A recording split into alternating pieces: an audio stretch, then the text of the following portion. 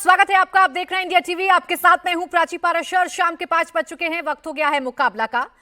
एक मुकाबला इन दिनों दिल्ली विधानसभा में चल रहा है। दिल्ली में रेखा गुप्ता की लीडरशिप वाली बीजेपी की सरकार ने अरविंद केजरीवाल की कुंडली खंगालनी शुरू कर दी है। आम आदमी पार्टी की सरकार के दौरान अलग अलग डिपार्टमेंट्स के ऑडिट वाली सीएजी की रिपोर्ट विधानसभा में पेश की जा रही है। 3 दिन पहले एक्साइज पॉलिसी को लेकर रिपोर्ट पेश की गई और आज हेल्थ डिपार्टमेंट की रिपोर्ट पेश की गई। चूंकि इस मुद्दे पर आम आदमी पार्टी बैकफुट पर है, उनके पास इसका जवाब नहीं, इसलिए सदन में विपक्ष की नेता आतिशी शहीद आजम भगत सिंह और बाबा साहेब अंबेडकर की फोटो को मुद्दा बनाकर हंगामा कर रही हैं। विधानसभा स्पीकर ने आम आदमी पार्टी के विधायकों को सदन से निलंबित किया तो आतिशी को हंगामा करने का एक मुद्दा भी मिल गया। लेकिन बीजेपी कह रही है कि ये तो अभी शुरुआत है, अभी कई और रिपोर्ट पेश होंगी और आम आदमी पार्टी की सरकार के दौरान हुए करप्शन का कच्चा चिट्ठा खुलेगा। सवाल यह है कि क्या सदन में कुछ काम भी होगा या फिर ये सत्र हंगामे की भेंट चढ़ जाएगा। एक सवाल यह भी है कि सीएजी की रिपोर्ट सिर्फ पॉलिटिकल पॉइंट्स स्कोर करने के लिए पेश की जा रही है या फिर इस पर कोई ठोस कार्रवाई भी होगी।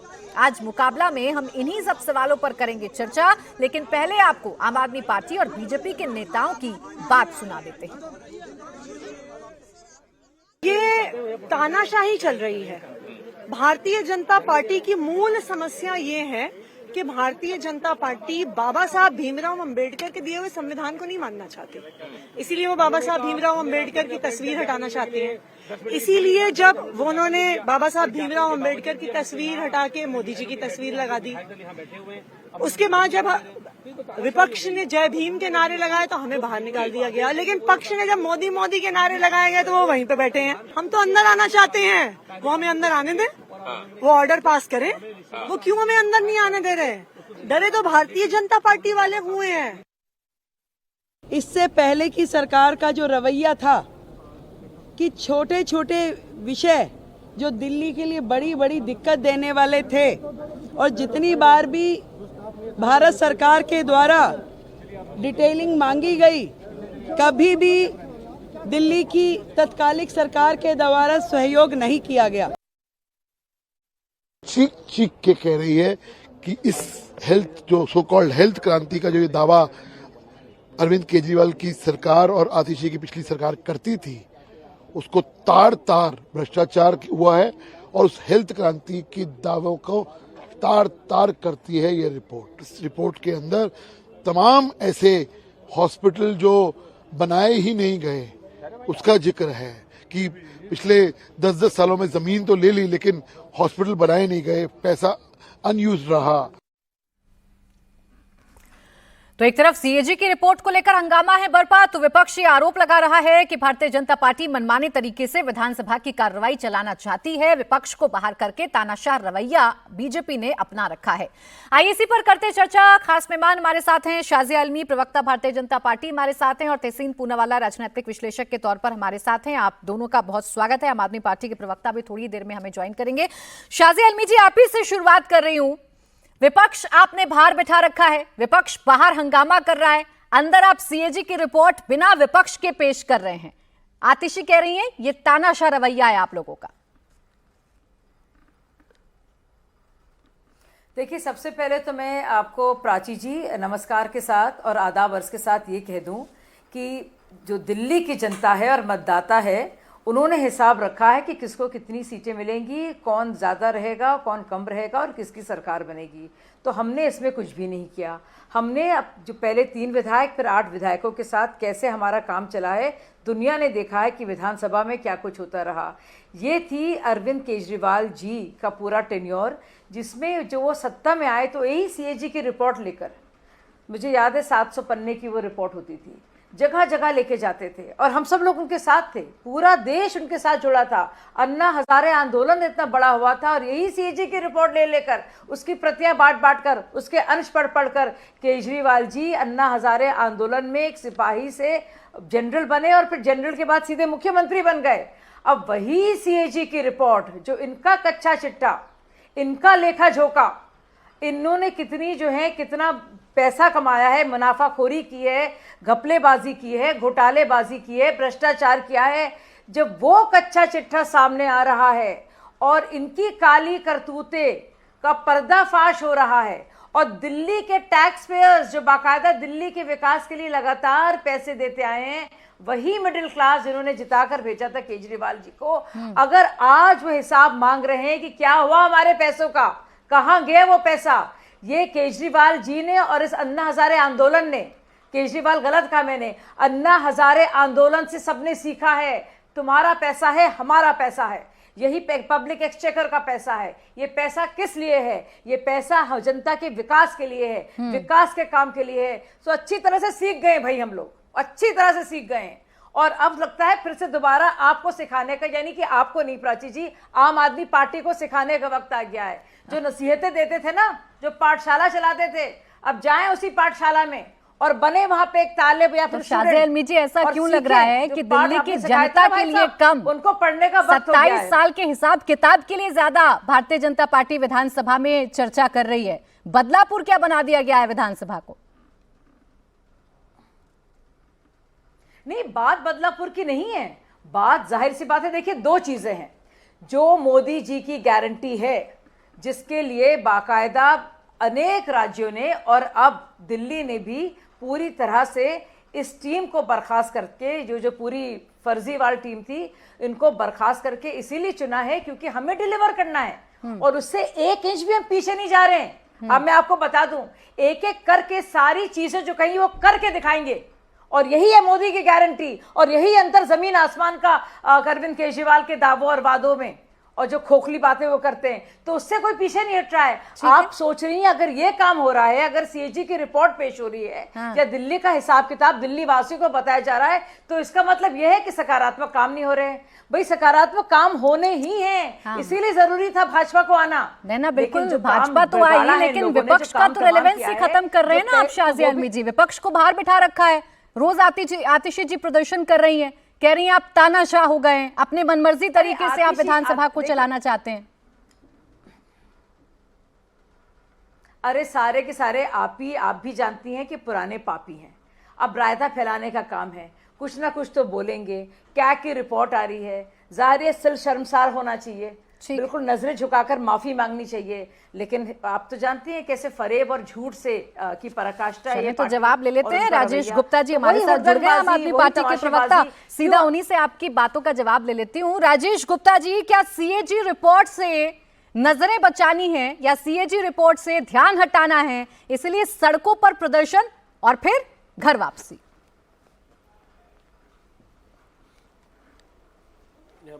प्राची जी, देखिए, पूरे भारत में शायद ही कोई ऐसी विधानसभा होगी जहां पर विधानसभा के परिसर में ही किसी विपक्ष के पार्टी के विधायकों को घुसने ना दिया जाए। संसद के अंदर भी कभी कभार ऐसा होता है कि कुछ विधायकों को या पूरी पार्टी को या तो वो बाहर निकल जाती है या निकाला जाता है। दिल्ली विधानसभा में भी ऐसा कई बार हुआ जहां विपक्ष के साथी खुद वॉकआउट कर गए या स्पीकर साहब ने उनको कहा कि वो चले जाएं, या कभी कभी एक दो बार मार्शल आउट भी करा होगा, जिसे उठा के ले जाते हैं। वैसे ये कोशिश नहीं होती, मार्शल बड़े आराम से कहते हैं कि आप बाहर आ जाइए जब स्पीकर साहब के ऑर्डर होते हैं। लेकिन ऐसा आज तक कभी नहीं हुआ कि विपक्ष की आवाज को इस तरीके से दबाया जाए कि परिसर में भी ना घुसने दें। अब देखिए, इस बात को आप समझिए, जो लोग विधानसभा को कवर करते हैं कि जो, और मेरी बहन शादिया खुद, क्योंकि एक बहुत बड़ी एंकर रह चुकी है, हमने बड़ा टीवी पर उनको देख के बड़ा अच्छा लगता था हमको। अब इस बात को समझिए कि अगर आप विधानसभा को कवर करने जा रही हैं, विपक्ष के लोगों से बात करना चाहती हैं, विपक्ष के विधायकों से या विपक्ष के जो एलओपी हैं, विपक्ष की नेता, उनसे बात करना चाहती हैं, तो आप तो परिसर में भी नहीं घुस पा रहे, तो क्या आप रोड पे अपना कैमरा लेके, माइक लेके उनसे बात करेंगे? तो ये बहुत ही गलत तरीका है। गांधी जी की मूर्ति के नीचे अक्सर विरोध प्रदर्शन अपनी तरफ से करते रहता है विपक्ष। पूरे भारत में होता है, भारत की संसद में होता है, दिल्ली की विधानसभा में भी ये होता रहा है। लेकिन ये अलग किस्म की राजनीति इन्होंने शुरू करी है, जहां पर इनकी कोशिश है कि विपक्ष बिल्कुल जीरो हो जाए, नेस्तना नाबूद कर दो, और ये कोशिश करो कि कोई आवाज उठे ही नहीं। नहीं, सड़क पर जिस तरीके का प्रदर्शन हो रहा है, पहले प्रदर्शन करते हैं, आप लोग इकट्ठा होते हैं, आज तो मैं देख रही थी आतिशी जी उलझ भी रही थी सुरक्षा कर्मियों से, और उसके बाद फिर घर वापसी भी शुरू हो गई। तो यही पूछ रहा है सत्ता पक्ष कि क्या प्रदर्शन के जरिए ड्रामेबाजी करने की कोशिश की जा रही है, ध्यान हटाने की कोशिश की जा रही है? फिर आ रही हूं तहसीन जी। नहीं प्राची जी, हम तो जाना चाहते हैं ना दिल्ली विधानसभा के अंदर। ऐसा तो नहीं है कि हम विधानसभा में हमने बायकॉट करा हुआ है, हम दिल्ली विधानसभा में जाना चाहते हैं। हमारे जो नेता जो चुने गए हैं जो हमारे विपक्ष के जितने एमएलए हैं वो वहां पर अपनी आवाज उठाना चाहते हैं, अपनी बात को रखना चाहते हैं, और सारा गुस्सा सिर्फ इस बात पे क्योंकि हमने जय भीम जय भीम जय भीम के नारे लगा दिए। इनको क्या दिक्कत होती है, संविधान बदलने की बात करते थे, इनको बहुत बड़ी दिक्कत हो जाती है जब बाबा साहब अंबेडकर जी की कोई बात कर ले। क्या परेशानी है इनको? अब ये कहते हैं कि नहीं जी हमने एलजी साहब के सामने नारे लगाए। एलजी साहब जब बोल रहे थे, आप अपनी एक फुटेज निकाल के देख लीजिए, जब ये मोदी जी का नारा लगा रहे थे हमने जय भीम का नारा लगा दिया। अब इनको दिक्कत ये है कि मोदी जी से बड़ा बाबा साहब अंबेडकर को ये मानते नहीं, इन्होंने फोटो रिप्लेस करी, पहले तो हटाई दी, जब हमने बहुत शोर मचाया तो दूसरी दीवार पे टाक दी। ये एक मानसिकता को दिखाता है जो इनके अंदर कूट कूट के भरी हुई है। अच्छा, जवाब एक छोटा सा इस पर शाजिया अलमी जी दे दीजिए, फिर उसके बाद तहसीन पूनावाला जी आपके पास आए। बिना विपक्ष के विधानसभा में चर्चा कैसी? जी सबसे पहले तहसीन से माफी मांगू कि तहसीन आपका वक्त में ले रही हूँ, जाहिर सी बात है प्राची जी, क्योंकि सारा मुद्दा कैग रिपोर्ट और करोड़ों रुपए से घोटाले से हटकर इनके एजेंडे पे चला गया। एजेंडा क्या है? सुर्खियों में बने रहो, मेन बात ना करो और झूठ मूठ के इल्ज़ाम लगाओ। तो मैं बता देती, मैं आपको वही बताती हूँ जो स्पीकर साहब विजेंद्र जी ने बाकायदा आतिशी जी के लिखित चिट्ठी में जवाब के तौर पर दिया है, और उन्होंने बताया है कि ये अत्यंत आश्चर्यजनक है कि विपक्ष सदन में कार्य संचालन से संबंधित नियमों और विनियमों से पूरी तरह से अनभिज्ञ है, और विशेष रूप में तब तक यही राजनीतिक दल पिछले 12 साल से सरकार में था, और इन्होंने इसको तफसील से बताया है कि क्या होता है।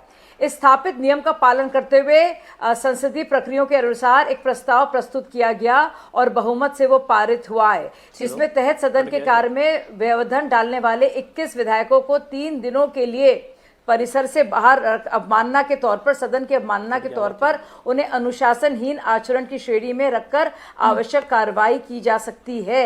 स्थापित नियम का पालन करते हुए तथा संसदीय प्रक्रियाओं के अनुसार एक प्रस्ताव प्रस्तुत किया गया और बहुमत से पारित हुआ।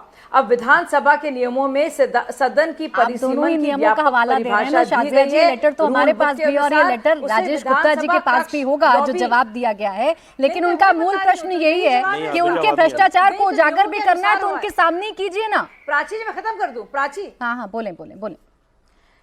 तो बिल्कुल, और आप बताइए कौन रोक रहा है? जैसे वो विजेंद्र जी के पास गई, वो लिख सकती थी कि हमें ऐसा कई बार हुआ है, लोकसभा में होता है, जब वॉकआउट होता है उनको निलंबित किया जाता है, वो चिट्ठी लिखते हैं हमें बात करना में आना है, लेकिन यहाँ तो सुर्खियां बटोरनी है, यहाँ तो विक्टिम कार्ड खेलना है। मैं तहसीन जी को चर्चा में ले आती हूँ, फिर उसके बाद राजेश गुप्ता जी आपकी इन बातों का जवाब देंगे। कह सकते थे तहसीन पूनावाला जी, दिल्ली की तस्वीर कैसी नजर आ रही है आपको? अभी सड़कों पर प्रदर्शन, दिल्ली की विधानसभा में एक के बाद एक आम आदमी पार्टी की सरकार के दौरान हुए घोटालों का खुलासा, कौन किस पर कितना भारी पड़ रहा है तहसीन जी?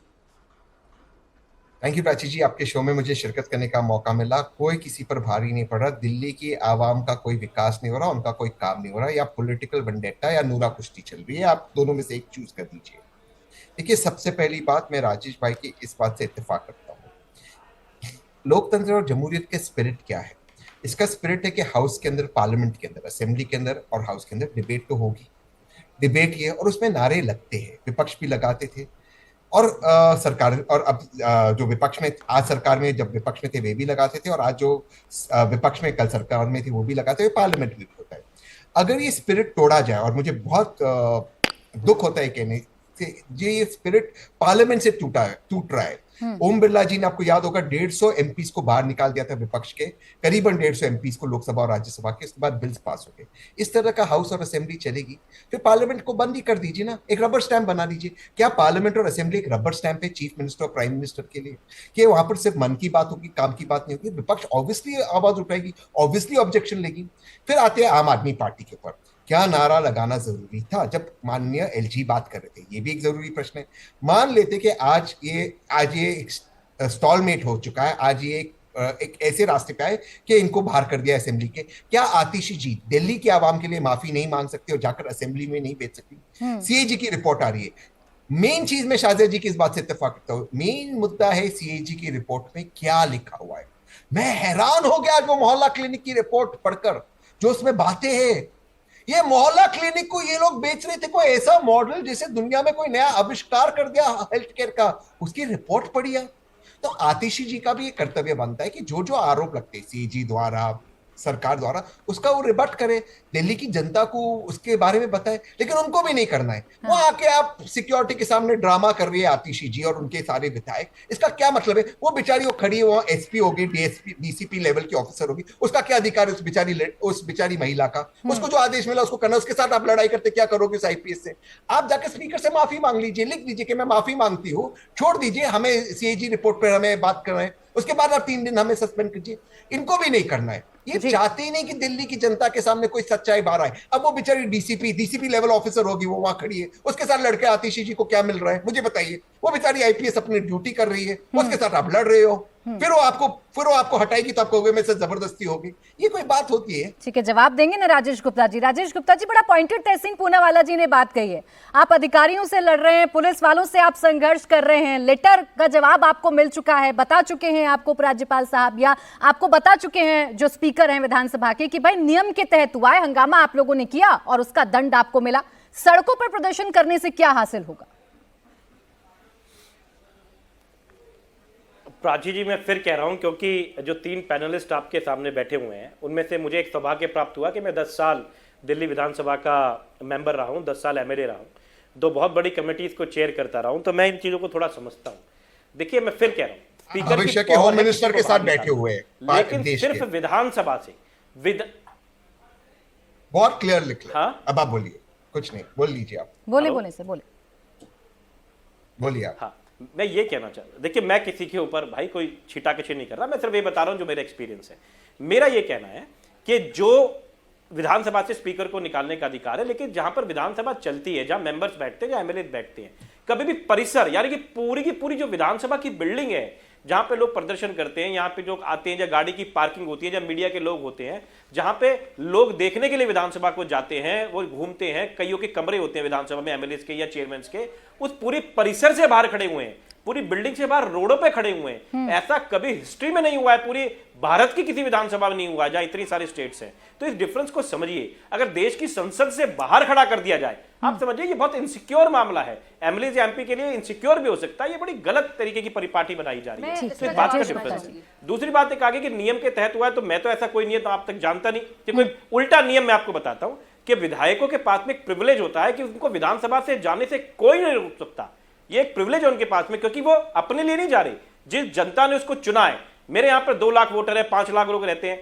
आज वजीरपुर में 4 मर्डर हुए, इस बात को समझिए। पिछले 20 दिन में 4 मर्डर हो गए हैं। इनकी आवाज को उठाने के लिए मैं तो चलो वहां पे नहीं हूं, लेकिन जो भी जाना चाहता है उसको क्या आप रोक देंगे? चले ठीक है, ये तो आप नियम बता रहे हैं। अब जो विधानसभा के अंदर नहीं हो सका, राजेश गुप्ता जी, चलिए आप ही उस बात का जवाब दे दीजिए। मैं सीएजी रिपोर्ट जो पढ़ रही हूँ, जिस पर शायद आप लोग चर्चा भी नहीं कर रहे हैं, सारा का सारा मुद्दा इसी बात पर आकर टिक गया है कि हमें बाहर क्यों निकाल दिया, बाहर क्यों निकाल दिया।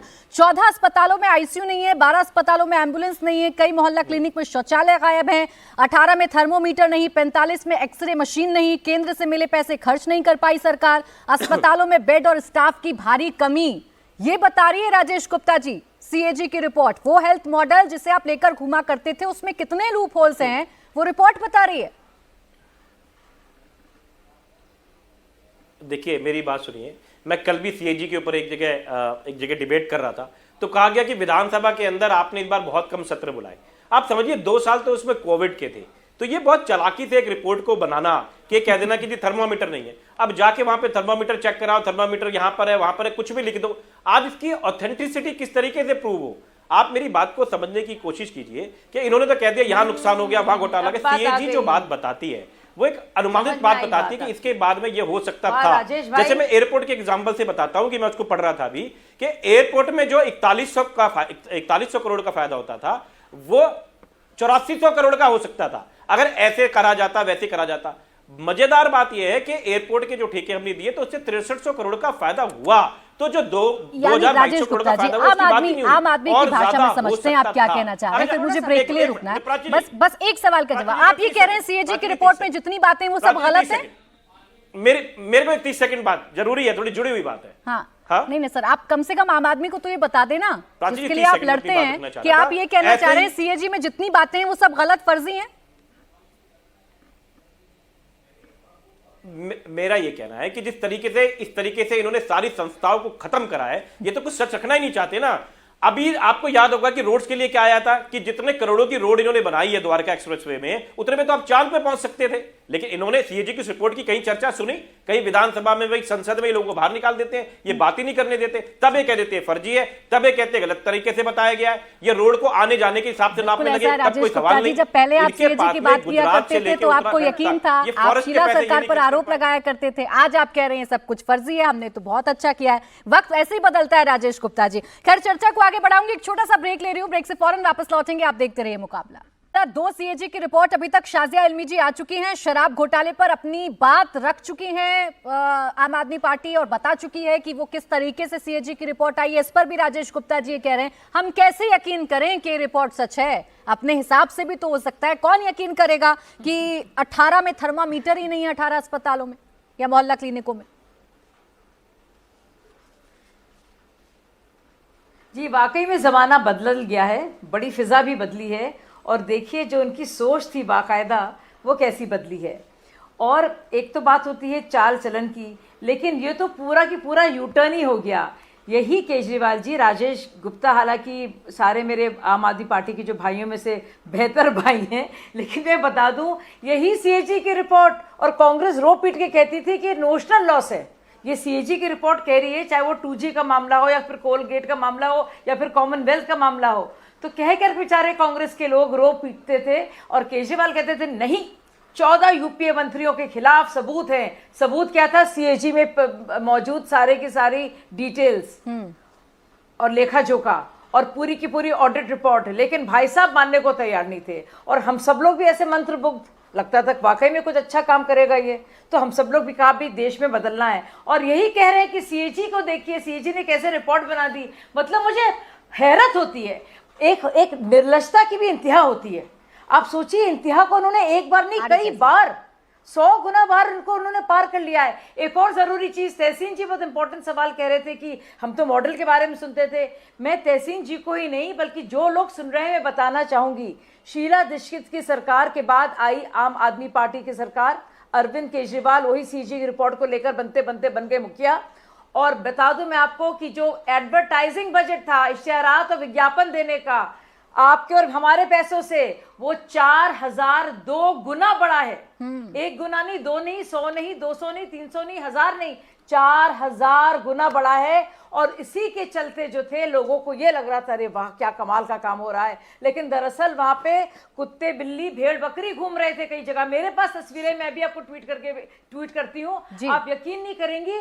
वहां पे थर्मोमीटर की बात हो रही है, यहाँ पे बुनियादी चीजें और सरकारी अस्पतालों की हालत आप देखिए कि एसेंशियल ड्रग्स की जो कमेटी बैठती है, जो साल में 2 बार बैठती है, वो 10 साल में 3 बार वो लिस्ट बनाई गई। नहीं, पॉलिटिकल नैरेटिव इसलिए लग रहा है ना शाजिया इल्मी जी की सीएजी की रिपोर्ट सिर्फ दिल्ली में आई हो, ऐसा तो नहीं है। उन राज्यों में भी सीएजी की रिपोर्ट आती है जहां पर आपकी सरकारें हैं, लेकिन उन रिपोर्ट्स पर चर्चा नहीं होती, वो रिपोर्ट्स चर्चाओं में नहीं आती। यहाँ ऐसा लग रहा है कि अरविंद केजरीवाल, आपकी प्राथमिकता ये है अरविंद केजरीवाल की मुश्किलें कैसे बढ़ानी है। भाई वहां के विपक्ष को कौन रोक रहा है?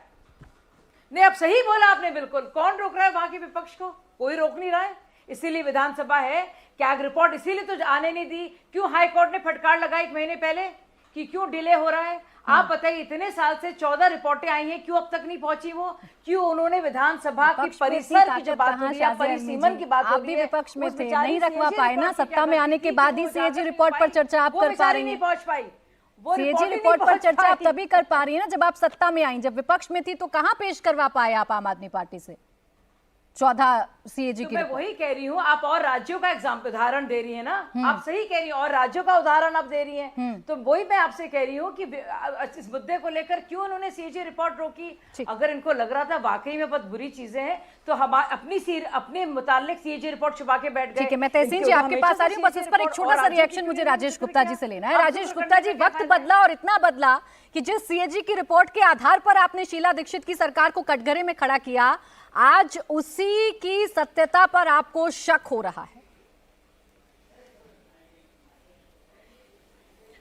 प्राची जी, बहुत पहले, मैं तो पैदा भी नहीं हुआ था, शायद आप भी नहीं होगी, एक पिक्चर आई थी जंजीर, और उसके अंदर क्योंकि जो नायक है, जो अमिताभ बच्चन है, वो कहता है मैं कभी रिश्वत के पैसे नहीं लूंगा, तो उसको उसी केस में फंसाया जाता है।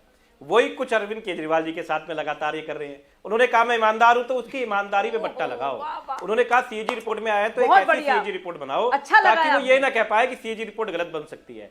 हर एक तरीके को इन्होंने आजमाया कि जो भी अरविंद केजरीवाल जी का था। उन्होंने कहा सिंपलिसिटी, तो इन्होंने कहा भाई मकान बिल्कुल ही मत लो। अरे उन्होंने अपने लिए तो बनाया नहीं, आज भी उनके पास कोई मकान नहीं है, आज भी उनके पास अपनी पर्सनल कोई कार नहीं है। लेकिन हर उस हथियार को जो अरविंद केजरीवाल ने ईमानदारी के नाम पे उठाया, इन्होंने उनके खिलाफ यूज करा। अभी इन्होंने कहा कि एडवर्टीजमेंट में अरविंद केजरीवाल जी ने पैसे खर्च करे, खैर वो तो आपने बिल्कुल बंद करा ही दिए, लेकिन मोदी जी ने पेंशनर के पैसे से भी एडवर्टीजमेंट करी है। इस देश का कोई पेट्रोल पंप ऐसा नहीं है जब मोदी जी की आप फोटो नहीं देखोगे। आपको राशन की किट पे मोदी जी की फोटो दिखाई देंगे। मैं कहता हूं अच्छी बात है, प्रधानमंत्री जी दिखाएं, मुझे तो बड़े अच्छे लगते हैं, मेरे देश के प्रधानमंत्री भर घुमाओगे, इतना ना घुमाओ। लेकिन विपक्ष के इतना ना घुमाओ भाई, सीएजी की बात कर लो, घुमाओ फिराओ नहीं, उनको भी तो दिखाने दो। मोहल्ला क्लिनिक की बात कर लो, सरकारी अस्पतालों की बात कर लो, मैं तो उल्टा ये कह रहा हूं, पानी की बात कर लो, जल निगम घोटाले की बात कर लो, शराब की, अब मुझे देखिए मैं आपके बीच में बोला इसकी बात कर लो भाई। अरे भाई को बोलने तो दो, कोई शौक नहीं। शायद यदि मुझे बोलने अरे भ्रमण, नहीं भटकाओ नहीं भाई, ये भटक मंडली नहीं। अरे मैंने तो अपने पॉइंट बिल्कुल क्लियर रखे। मोदी जी की फोटो हर जगह लगाते हैं, हमें कोई दिक्कत नहीं है, लेकिन हमने लगा दी तो दिक्कत हो गई।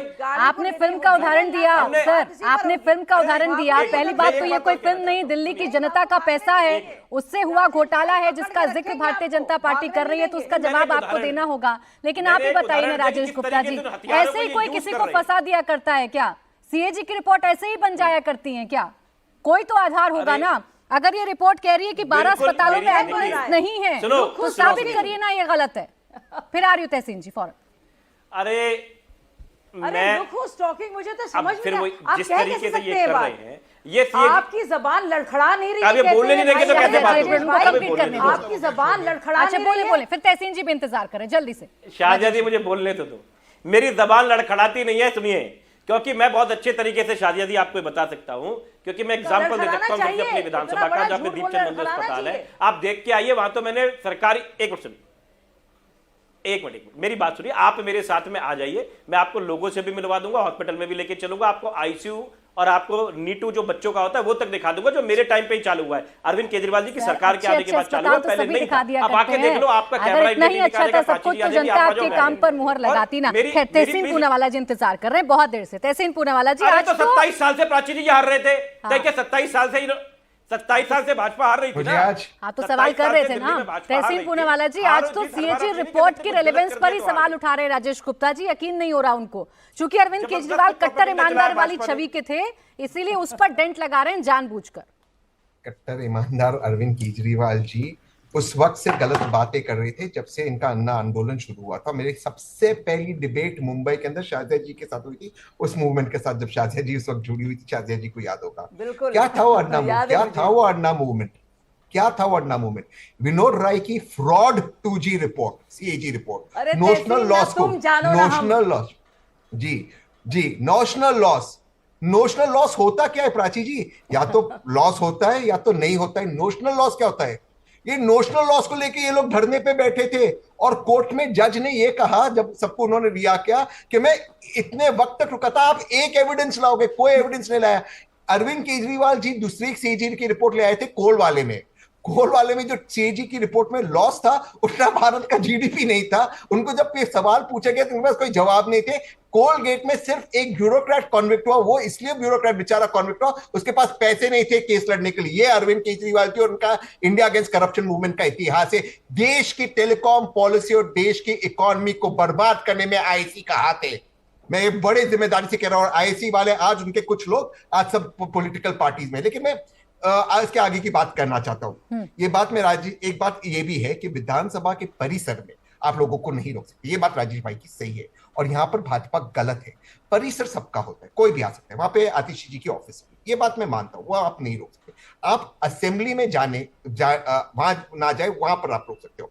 एक चीज और डिस्टर्बिंग है जो मुझे आप रास्ते पे रोक रहे हो, ठीक है, उसके बाद अगर कल आप किसी को गेट पे रोक रहे हो, जो एक विधायक, जो एक चुनाव इलेक्टेड एमएलए है, विधायक है, तो किस अधिकार से कौन रोक रहा है उनको, वो क्यों रोक रहा है?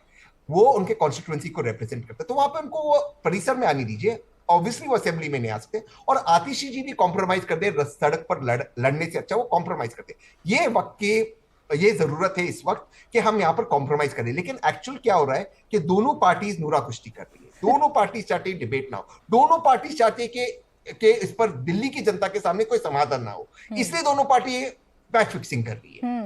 विधायक तो नहीं है तहसीन पूनावाला जी, कांग्रेस का कम से कम सड़क पर उतरकर एक्सपोज ही कर दे इन दोनों पार्टियों को, ये तो कर सकती है ना कांग्रेस। मेरी कांग्रेस। बात सुनती तो अब मैं हर आपके शो में बोलता हूँ, छोड़ दीजिए, कांग्रेस सैम पिट्रोडा जी की बात सुनती है। अच्छा चले ठीक है, राजेश गुप्ता जी आप इस बात का जवाब दीजिए और फिर शाजिया जी इस बात का जवाब देंगे। कांग्रेस को चले छोड़ देते हैं थोड़ी देर के लिए। राजेश गुप्ता जी दीजिए ना जवाब, तब वो सीएजी की रिपोर्ट सच्ची क्यों थी और आज सीएजी की रिपोर्ट गलत क्यों है, झूठ क्यों है? मैंने अभी आपको ये बात बताई कि जो कल तक सही था जरूरी नहीं है कि आज उसको गलत नहीं किया जा सकता। कल को कोई एमएलए अच्छा हो सकता है, आज खराब हो सकता है। कल को जो सीएजी की रिपोर्ट है, लेकिन उस वक्त इस तरीके से जो आपकी संवैधानिक संस्थाएं क्या हैं, बात कही आपने, ऐसे आपने छक्का लगाने की कोशिश हुई लेकिन कैच हो गया आपका, आप नॉट आउट हो गए। अरे मेरी बहन बोलने दो, मेरी बहन मुझे बोल, अरे मेरी बहन प्लीज देखिए, अगर अमेरिका भी ये कहता है कि अडानी को आपने गलत तरीके से फायदा दिया, आप उस पर बात नहीं करते। आप खुद ही सोचिए, आप मेरी जगह होते बर्दाश्त करते। अरे राजेश भाई खुद थोड़ा सा, भाई साहब थोड़ी तो आप अरे मैं कह रहा हूँ भाई को बोलने दो, कहीं तो इज्जत रख लीजिए। मुझे भाई को थोड़ा सा मूवमेंट था ये, आप क्या बोलने मैं आपकी पूरी इज्जत रखता हूँ, लेकिन आप भी थोड़ा छोटे भाई के प्रति थोड़ा सा प्यार रखिए। बहन से दरखास्त कर रहे हैं, बोले। मेरा ये कहना है कि अगर अमेरिका ये कहता है कि हम इनके टैरिफ लगाएंगे, टैरिफ बढ़ाएंगे, तो आप कोई जवाब नहीं देते। उन्होंने कहा, सुनिए एक मिनट प्लीज, उन्होंने कहा कि अडानी को आपने नाजायज फायदा दिया, तो आप कहते हैं पर्सनल मैटर है। किसी भी बात पे कोई बात होती है, कोई अब जवाब नहीं देते। वो हथकड़ी बांध के हमारे लोगों को भेजते हैं, तो आप कोई जवाब नहीं देते। आप जानबूझ के पंजाब में हवाई जहाज को उतार देते हो। देखिए ये सिर्फ दिल्ली के लोगों को भटकाने का तरीका है, कोई रोड मैप नहीं है। 2,500 दे नहीं सकते। 8 तारीख की बात हुई थी, 8 तारीख आने को हो गई, कोई बात नहीं है। इसलिए इस तरीके के बहाने बनाए जा रहे हैं कि मुद्दा ये बनाया जाए कि आम आदमी पार्टी के लोगों को बाहर कर दिया। जैसा अभी आप कर रहे हैं वैसा ही भटकाने का काम किया जा रहा है। सड़क पर उतरकर क्या यही कोशिश की जा रही है? जैसा अभी आप सारे मुद्दों पर चर्चा करने को बैठे हैं, लेकिन सीएजी पर नहीं, इसीलिए सड़क पर ये सब कुछ चल रहा है जो मैं तस्वीरें दिखा रही हूँ। नहीं सोचिए, बोले हम तो चुनाव हार चुके हैं, अब हम सड़क पर कह रहे हैं, सीएजी की रिपोर्ट पेश कर रहे हैं, ईडी सीबीआई इनके पास में है। ये दिल्ली की जनता के लिए बताएं ना क्या काम करेंगे। अच्छा ठीक है, शाजिया जी जिस सवाल के साथ मैंने शुरुआत की थी, मैं उसी सवाल का जवाब आपसे आखिर में जानना चाह रही हूँ। विधानसभा कम, ये बदलापुर क्यों नजर आ रहा है? विधानसभा परिसर में भी विधायकों को विपक्ष के इजाजत क्यों नहीं है घुसने की? क्योंकि विधानसभा ना भाजपा की, ना आम आदमी पार्टी की, ना कांग्रेस की कोई पपौती है या कोई जाति जागीर है। विधानसभा में हर एक विधायक को और हर एक पार्टी को अपना कच्चा चिट्ठा बताना पड़ता है और सारे सवाल लेने पड़ते हैं। और जब एक बड़ी रिपोर्ट, सीएजी रिपोर्ट, जिसकी बात अब राजेश जी कुछ अलग ही ढंग से कर रहे हैं, और क्यों कोई अन्ना हजारे का सच्चा सिपाही कर सकता है बजाय ये कि उसकी जीभ लड़खड़ाए या उसके हाथ कांपे, लेकिन तब भी बोल सकता है इतना बड़ा झूठ। इसका बात मुझे इतना बहुत अचरज हुआ और हैरत है, और एक बार फिर से मैं हैरत में आ गई। तो आप सोचिए ये काम है होना, और बदलापुर नहीं कहते हैं इसे, पब्लिक का पैसा होता है, पब्लिक के लिए लोग काम करते हैं। केजरीवाल जी को बताया जाए, वो जो किताबें जो पाठशाला के अध्यापक बनते थे ना, जाए वहां पे और शिक्षा लें और बुनियादी चीज समझें कि विधानसभा जो है वहां पे हर एक विधायक पूरी अपनी कॉन्स्टिट्यूएंसी की जो बिल है, जो इच्छा है, उसकी मंजूरी के लिए और उसको पूरा करने के लिए वहां खड़ा होता है। अच्छा, एक छोटे से सवाल का जवाब और देते हैं शाजिया जी, चूंकि संवेदनशील मुद्दा और आप गंभीरता से बात कर रही हैं, बस इतना और श्योरिटी दे दीजिए दिल्ली की जनता को कि सीएजी रिपोर्ट पेश करने तक ही सीमित रहेगा या वाकई में कोई कार्रवाई आप करेंगे, हमें कोई एक्शन दिखाई देगा? भाई देखिए, केजरीवाल और भाजपा का अंतर तो लोग समझ ही रहे हैं, दिख रहा है सबके सामने। तो वो केजरीवाल थे भी, झूठ बातें बोलो, गाली गलौज करो, फिर माफी मांग लो, वो उनकी आदत थी। वो लेके घूमते थे शीला दीक्षित के साथ सबूत। बहुत छोटा तहसीन पूनावाला जी, आप कुछ कहना चाह रहे थे पेश कर रहा है और कार्रवाई हो रही है, मुकदमे तो ऑलरेडी पेंडिंग है। बोले। इस बात से मुझे बहुत घबराहट होती है कि परिसर के बाद आपने चुने हुए विधायकों को रखा है, भले वो विपक्ष के हो। ये बहुत ही गलत प्रेसिडेंट है देश के लोकतंत्र और जमहूरियत के लिए। ये नहीं हो सकता, ये स्पीकर के अधिकार के बाहर है। और मेरी राय है आम आदमी पार्टी को कि वो फॉरेन कोर्ट चले जाए। हालांकि मुझे इस बात से भी मुझे डर लगता है कि कोर्ट बहुत ज्यादा असेंबलीज और पार्लियामेंट में इंटरफेयर कर रहा है।